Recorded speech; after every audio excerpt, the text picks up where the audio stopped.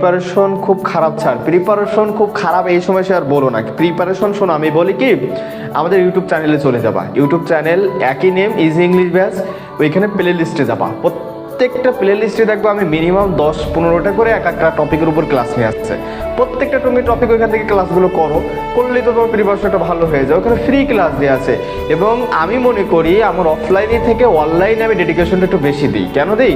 অনলাইনের শিক্ষার্থীগুলোর একটু বোঝানোর আমার একটু কেন যেন একটু বেশি ভালো হয়ে যায়, কেমনি হয়ে যাবে জানি না।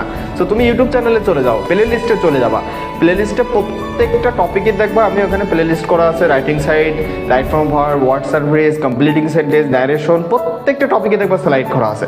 তাহলে ওই প্লে লিস্টগুলো যদি তোমরা রেডি করতে পারো তাহলে তো এমনি অটোমেটিক্যালি হয়ে যাচ্ছে।